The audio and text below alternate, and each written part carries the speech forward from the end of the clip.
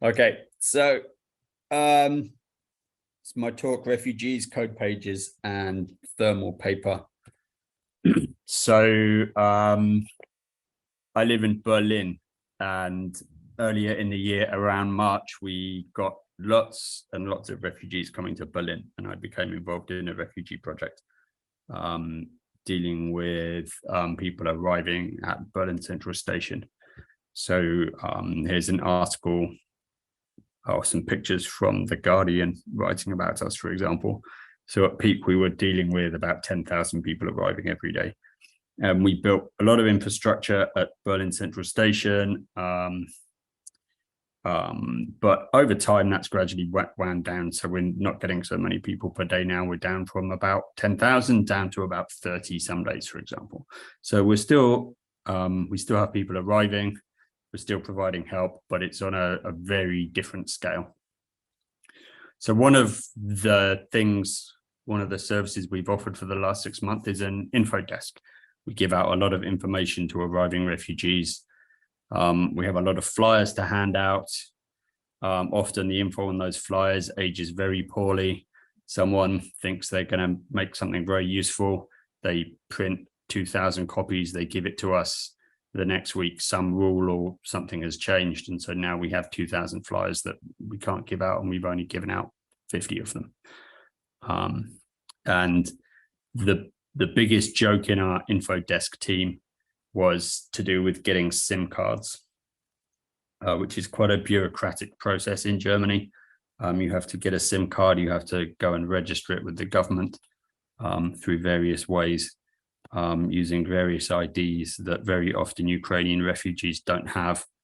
And there were also various changing offers from different providers over the last 6 months. So it became a running joke that getting SIM cards and getting flyers about SIM cards was a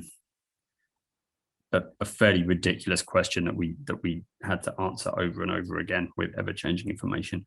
And as part of that joke, I said, what if we just had a little machine that you push a button and it prints out the latest SIM card flyer?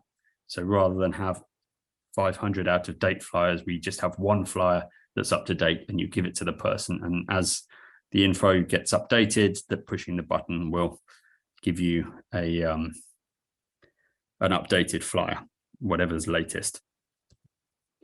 So I'd seen these things, these little printers, thermal printers around. I've seen them in quite a few hobby projects, like EMF camp. There's been a few places. A couple of years ago at EMF camp, there was like a little photo booth that would take your photo and print it out on this little bitmap display, things like that. But I've never had any real excuse to spend the £40 on buying one of these. Until this joke came along, and then I realized it was the perfect project to build little device like this, which is a cardboard box with 4 buttons and the printer module, and you can get 4 different information sheets from this device by pushing one of the 4 buttons, and it will come out of the printer there. So that's the simple user interface. It wasn't intended to look like an advanced thing that you had to be trained to use. It's just push the yellow button, you get the yellow information flyer. And so I'll go through the hardware. Actually, let me just scroll forwards. I'm going to show you what comes out of it. So this is what comes out. It looks like a till receipt, so you can do ASCII art. On the left or on the right is a bilingual set of instructions on how to get a SIM card from Vodafone and which shops to go to and when you can go there. I don't think this is quite lining up. Things are jumping around an awful lot. But what about now? It should be a still picture of 2 receipts. No, we're seeing hardware Pi Pico. Oh, it's probably still loading. It's probably streaming through. Is it a static page or not? It's not moving right now. It's just sat on that. Oh, yep. Now we can see it. What can you see now? I can see the till receipt. Are you in my slide presentation view? Yeah, I can see you sliding things. Yeah. Yeah, good. All right, that's what I see. Okay, so this is what comes out. Sorry, I jumped out of order because I realized I wanted to show you what comes out of it. So what comes out of this device is little receipts like this that we can customize the text on. Okay. Can you see the hardware : printer slide? Or what do you see now? Yep. We see Yep. hardware Yeah. printer. Okay. So I got one of these. I actually got the mini tiny version. The Adafruit, which sells them, has 3 different models that are priced differently, and basically the difference is the length of the little till receipt roll which goes inside. So I bought the cheapest one, which is also the one that's smallest. So it takes 5 meters worth of till receipt roll inside it. And as you pay more money, it is able to store more till receipt roll inside it. And so you can print longer. Actually getting the cheapest one has been super awkward because it's hard to get till rolls that are that small locally. So if I'd bought the next size up, it would have been a lot easier, and it's probably going to end up costing me more money because of that. And it just has a little serial port on it. So it's TTL serial. There's a TX that would hook up to the TX and RX pins on whatever your microcontroller is, just like a normal UART interface. So that's the cute little printer module. Those are the mini till rolls that go inside it, that I ended up having to have shipped from the US because I couldn't find anywhere in Europe. We're not seeing that. What? It's not showing. All right, how about There we I go. just Now we are. stay in this view? Looks like it's not, looks like my screen share is not interacting with the full screen mode very well. Okay, so it's a thermal printer, and it turns out it needs loads of amps when it's actually printing. So it doesn't use much current most of the time, but when it's actually burning, it's thermal, it's effectively burning into the paper, the print. It needs several amps at 5 volts, it turns out. So you can feed it from up to 12 volts, I think, and then I guess it needs less current. 5 volts is really the low range, but USB power supplies are what I'm used to using. So that's what it's getting. So I just bought one of these Pi power supplies that will go up to 2.5 amps. One of the interesting things, which I've never really experienced much before, I have a little bit with NeoPixels, is just the wiring between the power supply and the printer had a big effect. I'll show you later that if you've got a really thin, crappy wires, then you get a big voltage drop and it makes the print fade out a little bit. I'll show you a demo of that later on. So I would say this power supply, 5 volts, 2.5 amps, is right at the minimum working range for building a project with this. Something more like 12 volts at a couple of amps is probably better. So here's the board that I stuck it on. Inside that cardboard box, there's one of these Perma Proto boards. There's the Pi Pico. There's a level shifter, which is this thing I've drawn circles around in blue. And all that does is takes the serial data coming out of the Pi Pico transmit pin, which is at 3.3 volts, and feeds it into the printer, which wants 5 volts. So this level shifter is a 2-channel thing, 2-channel bidirectional. It's a little bit overspecified for what I want to do. I'm just using 1 channel and only in one direction, but you could use it for I2C, for example, which needs bidirectional data and 2 channels. You use those for your LED strips as well, don't you? When you've got a little bit of well, I have, but it's turned in. If I'm being,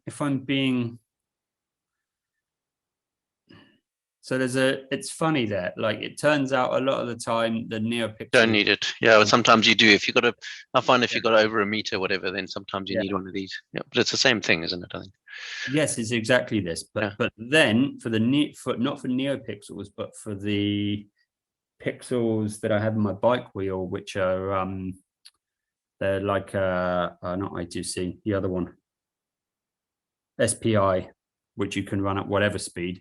To run them fast enough in my bike wheel for persistence of vision, the level shifter I was using can't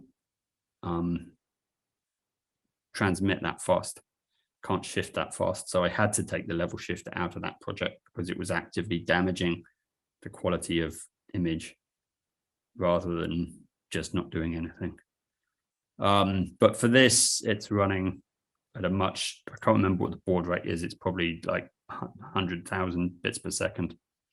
115/200 is a pretty standard rate, so it's probably running around that. I can't remember. So this is fine. And here's what the buttons look like. I bought 6 different colored buttons for some future projects, and they've been waiting a long time for a project. So this was their project as well. This is very much a project of, all right, I've got some colored buttons, I'm going to use them for something. The hardware, it's a Pi Pico. Well, the controller is a Pi Pico. Not a huge amount going on there. Those buttons, like I showed in the previous slide, they just wired on. It's 4 colored buttons wired onto 4 GPIOs. There's the UART transmit pin, which goes to the printer via the level shifter. There is a data channel from the printer back to the Pi if I want to use it, but it's not really used for anything I want to do. I think you can do things like ask if it's on fire, ask if it's run out of paper, stuff like that, that I don't really care about. There's the mystery diode up here, which I forgot why I put it in there, which is why I called it the mystery diode. And it's actually for, you can see this thing has 2 USB ports, one at this end directly on the Pico and one at this end on the board. And this end here is for you to put your 2.5 amps high current supply in. And I want that to go to power both the Pico and the printer. So in normal operational use, you feed the power in only in here, and this end you have disconnected. And then if I want to connect it to my laptop and do stuff, then I want to connect my laptop here and power the printer here. And so this diode just makes sure that the power goes to the right places and I don't end up feeding power into my laptop from the wrong power supply. So there's actually another equivalent diode from this USB power supply going into the Pico as well, but it's built onto the it's probably one of these things here. It's built onto the Pico board. So software, I'm running MicroPython, which has a little file system, and on the file system there are 4 text files called red.txt, green, blue, and yellow.txt, which correspond with the button colors. So when you push one of the colored buttons, all the Pico does is stream the contents of that text file out onto the TX pin to the printer. And then if you plug your laptop into the laptop USB port, then there's 2 things going on. One, there's a USB serial port, and anything you send there comes out of the printer, so you can print from your laptop for testing stuff. And there's also, the Pico appears as a USB storage device. So you plug it in, it looks like a USB drive, or it is a USB drive. You can edit those 4 text files, red, green, blue, and yellow.txt, with whatever editor you want.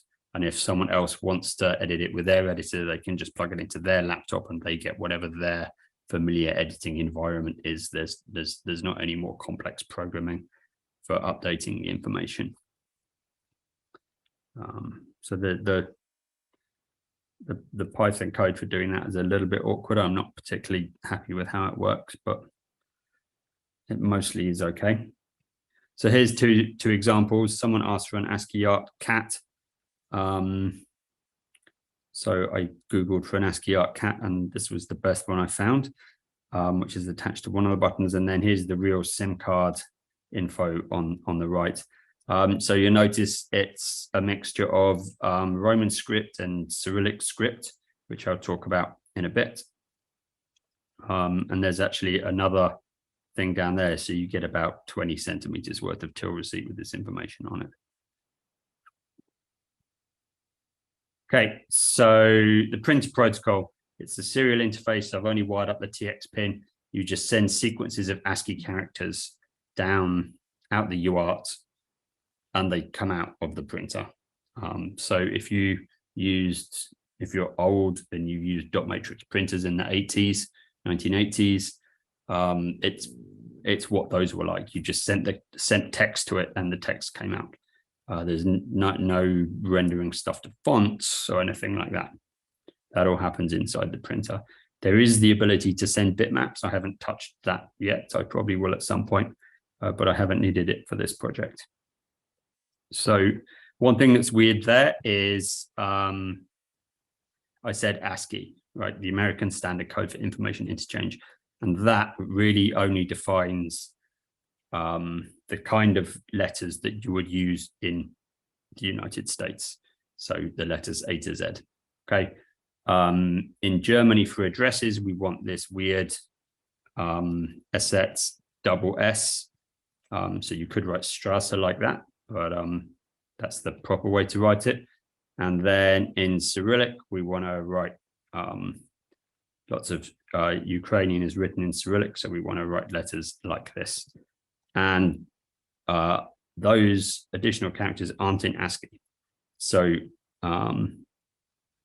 what we end up with is a system of code pages. So we've got 128 characters used for ASCII. There's 128 spare. That isn't enough for all of the writing systems in the world. So there are various standards of things called code pages, which define different ways in using these extra 128. So the one that most people have encountered in their life in the West is this second one up here. Let's move it up a bit. Is ISO 88591, which is ASCII and then Western European letters. Like if you're writing French, you want an E with a cute thing on it, or if you're writing German, you want these German letters. Okay, so you end up with all of the extra European language letters.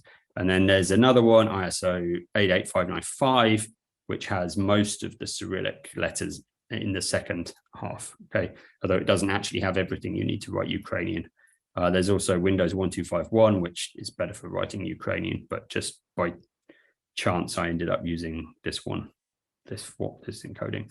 So what that looks like is, here's your 255 available, 256 available characters. There's the ASCII block, and there's all the European letters that you might want to use. So if I want to do an A with a little circle, an O on top of it, it would be hexadecimal C5, okay? But if I'm in the Cyrillic code page, hexadecimal C5 is this this letter. I can't remember how to pronounce it here, like a kind of noise, I guess.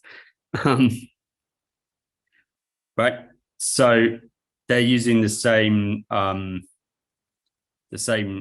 code. So how does the printer know if I want to print an A with an O on it or this letter? And the way you do that is you tell it which code page you want to use by sending it a special byte stream. In addition to sending it text, you can send it an escape sequence. So you send it character code 27, which is never used for a printable character, and that escapes into command mode. And then you can send things that, like, you send a T, and 39 means go to the 39th code page, which happens to be the Cyrillic one. Okay. And then my Python driver also needs to convert from the source encoding, which is Unicode, into the relevant code page. So if it knows it's in the Cyrillic code page and it hits a German specific letter for an address, it needs to send the escape code to switch to the German code page, and then convert this Unicode symbol into the relevant code page. Okay, so S codes are this wacky world from the 70s and 80s, really, and it's funny that they still to still encounter this. The other things you do with S codes, you can do escape codes, you can change the font a little bit, make text bold, italic, double height, stuff like that. It's also how you'd feed in bitmap graphics. And there's also some control stuff if you want to control the speed and the power of printing. So when I've talked about current usage earlier, you can say, all right, there's not enough, the power supply is not quite good enough to slow down your printing, so that you can print slower, but still get a decent print. And escape codes are also how, if you're working at the terminal, that's how text, colored text appears on, if you're a Windows terminal or Xterm, Linux terminal. If stuff is printing colored text on your terminal there, it's sending the same kind of escape code intermingled with the text to change the color of stuff printed out. So they're a sort of common ancestry there. The other thing I mentioned, source encoding, was Unicode. So pretty much everything uses Unicode these days. So you'll be using it if you haven't, even if you haven't heard of it. And it's a way of encoding, according to today's Wikipedia, 161 modern and historic scripts and emoji and various symbols. So instead of being limited to 256 characters, they're up to 150,000, and there's lots of room for expansion still. So if you're using Unicode, there's no need for code pages. You can just have a document, you can put Cyrillic in it, you can put German in it, you can put pound symbols in it, and it's all in Unicode. There's just one standard way of encoding things, and you don't have to deal with the nightmare that is trying to move documents between code pages. Okay, so the last thing I'll show you is an example print I did where I varied the print power using an escape sequence. So the bottom line, which is completely invisible, is there's about 5 different parameters for controlling the print quality and speed, and I don't have my head round them, so it's all going to be what this number means is a little bit vague. But the sort of fastest, lowest power is level 4, which is here and is completely invisible with the setup I had. If I had a bigger power supply, I think I you would see something here.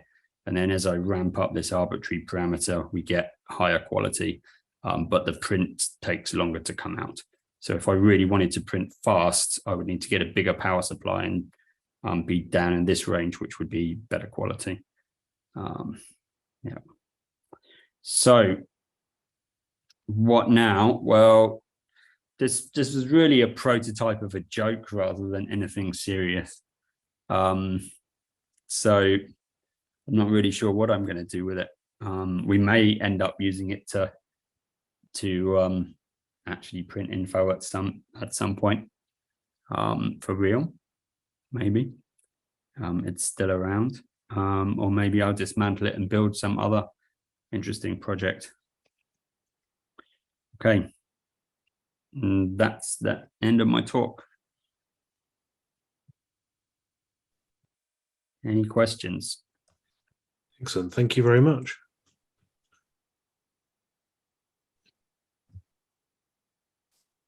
How many reels of paper did you end up using in the end with all this, having to keep putting small ones in? Did you get through absolutely loads of them? I've only used one. Oh, really? Okay. I was expecting it to have gone through lots. No, two. I've used 2. So I've used about 10 meters of paper. But I think I just realized early on that if I was testing on extremely long prints, I would run out fast. So I switched to being a little bit more economical with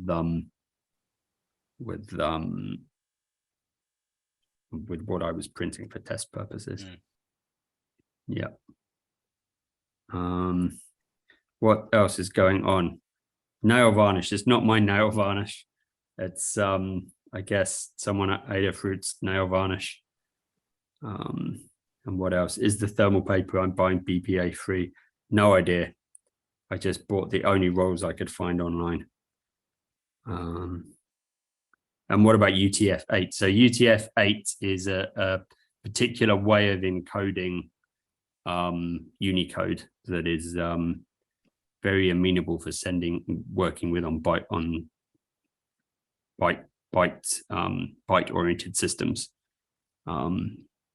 So UTF-8 is, unless you're starting to get really technical, UTF-8 is Unicode.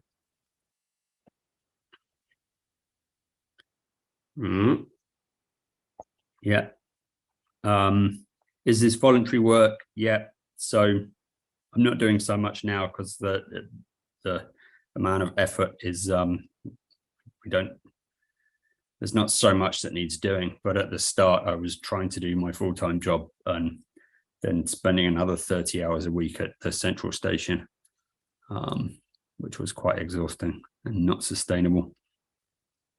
And then there's a comment on my list of many projects is the idea that you press a button and you get a personal Wi-Fi access code. I guess you could print a QR code as well for scanning. That I think is pretty straightforward to print on one of these devices. Yeah. Yeah. Okay, cool.